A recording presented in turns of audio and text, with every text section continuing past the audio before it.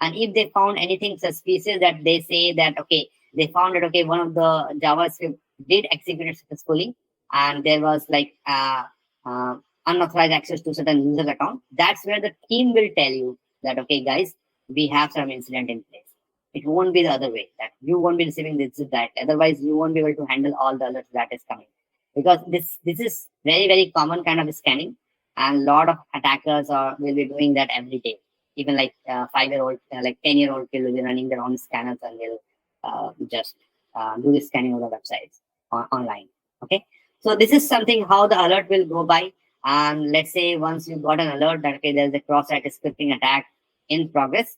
So what you will do as a SOC analyst, the first thing you will figure out is suggesting how you will contain that incident. And one of the best way to contain that incident is, like, I'm looking at if there's a web application firewall, you kind of make certain kind of tuning of that firewall to kind of tell that if you see any kind of similar kind of script, you block those things from reaching out to the servers. Okay, so this is something like you need to kind of figure out, and that's where you will be kind of handling the major like incident going forward, like what were the impacted customer, then resetting their password and whatnot. Okay, so this is how the normal thing will look like when you will be kind of dealing with a normal cross-site scripting attack, and this is how you will be kind of getting an alert. And also, like, if there's anything, I will say, like, if there's any kind of talk that, okay, if any client is telling that, okay, the web application firewall alerts will be kind of coming directly to SOC, be ready to kind of disagree, saying that it is not a good way that we receive the alert directly to a SOC team. Let it traverse by the team, and if they find something suspicious, then only they will let us know. Okay, and then the other thing, how we can also get an alert is the other way is, let's say,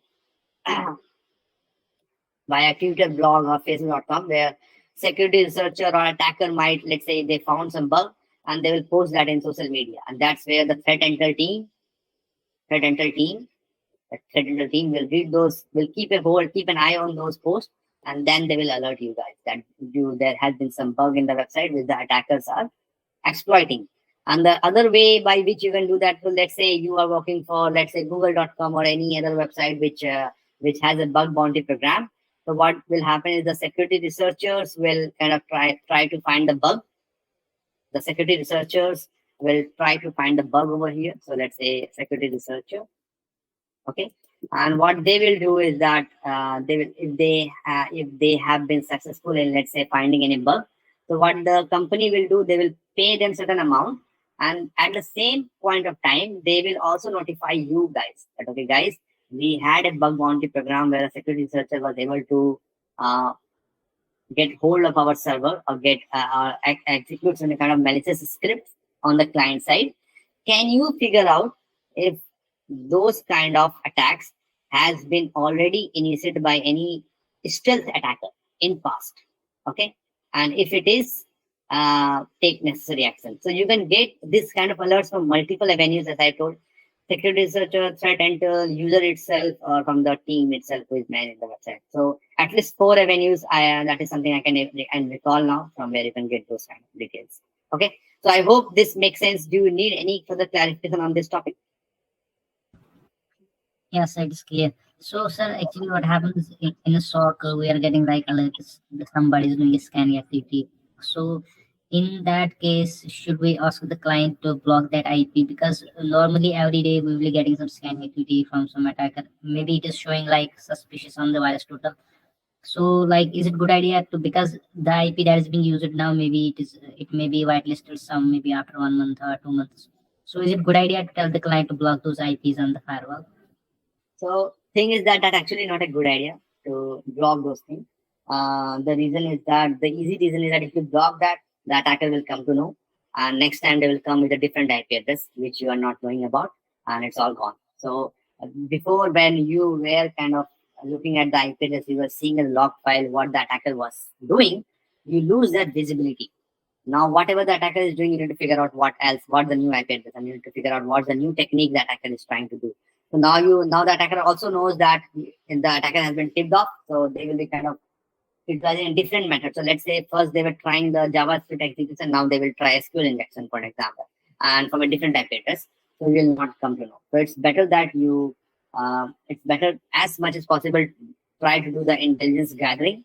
Okay, maybe you in the same time you do the web application firewall, you try to set an alert such that those kind of malicious scripts are not sent out to the servers, one thing, but you don't block the IP address. Okay, so what the attacker will think that, okay, their scripts are not executing, maybe that field is not susceptible to the cross-site scripting attack, but they will not change their IP address. So don't so always try to kind of avoid that. Never try to kind of block the IP address from there. Otherwise, you will lose that visibility of what the attacker intention is and what are the techniques or capabilities of that attacker.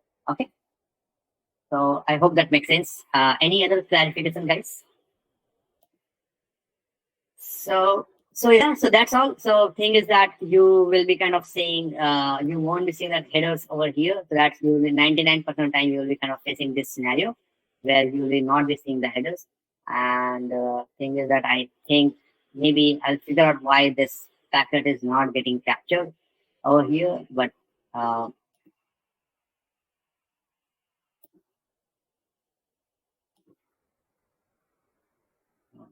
let me just see. Okay, the HTTP packet is not coming here. I'll just figure out why that's the case. I think options. Yes, see that.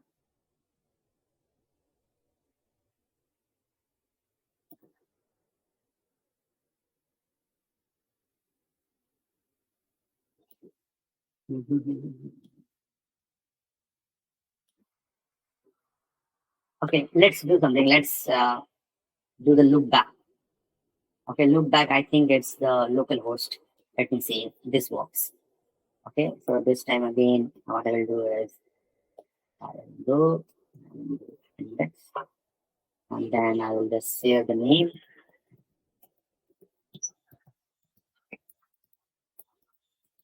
And let me do that. And now, guys, you see we have the data that I was trying to do. So what we do is that we filter that out on HTTP, and then we just do over here follow and just keep a stream.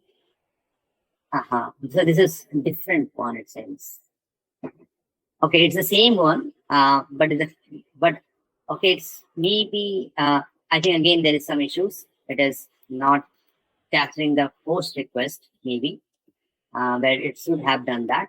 So I will figure that out in the next class. But for now, I think it's make more sense, like how you will kind of get the alert and how you can kind of what's the pros and cons of the post parameters, how the post parameters look like, and how you can kind of quickly set up your own CGI script and test out the post, understand more about the post parameters by setting your own local server that handles both get and post requests. So one of the things to know over here is that maybe I think it's better we take it next class. Let's not. So let's wind up for today and let's discuss the thing tomorrow. Continue discussing our thing tomorrow. Okay. So thank you guys.